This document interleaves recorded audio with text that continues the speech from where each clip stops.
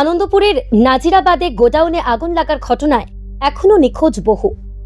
তবে এই খারাপের মধ্যেও আশার আলো তমলুকের সুশান্ত জানার পরিবারে। ঘরের ছেলে কলকাতা থেকে বাড়িতে ফিরেছেন, এ যেন তার নবজন্ম। তবে এখনো কাঁপছেন তিনি। কাঁপা কাঁপা গলাতেই জানালেন নিজের ভয়ঙ্কর অভিজ্ঞতার কথা। আতঙ্কে রয়েছেন পূর্ব মেদিনীপুর জেলার ময়নার বাসিন্দা বিষ্ণুপদ খুঁটিয়া। 9টা সাড়ে 9টার মধ্যে যে যার খাওয়া দাওয়া করে ঘুমিয়েছিলাম, ঠিক আছে। হঠাৎ আমার একটা কাকু ডাকতেছে, বলছে আগুন লেগেছে, বাড়া তাড়াতাড়ি, ঠিক আছে। তারপর যখনই উঠি আমি ফোনটা হাতে নিয়ে, তখন পুরো ধোঁয়ায় অন্ধকার হয়ে গেছে, ঠিক আছে।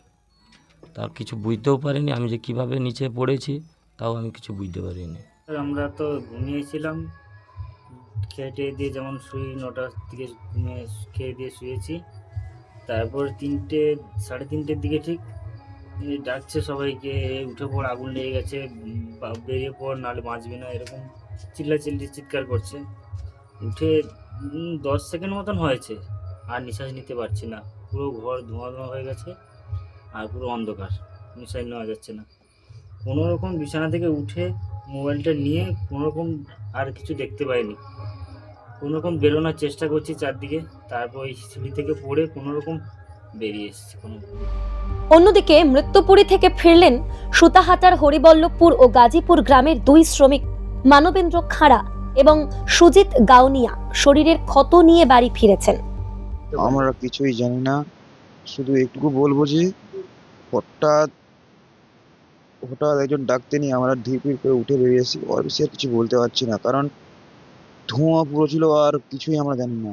একজন বলছে আগুন লেগে গেছে, তারপর আমরা নিজেরা উঠে ছুটাছুটি করতে করতে অন্ধকার, সামনে কি হচ্ছে সেটাও দেখতে পাই। ছুটাছুটি হতো, গরম আবহাওয়া, গরম নিঃশ্বাস, একবার দুবার নিঃশ্বাস নিয়েছি, তারপরে অজ্ঞান।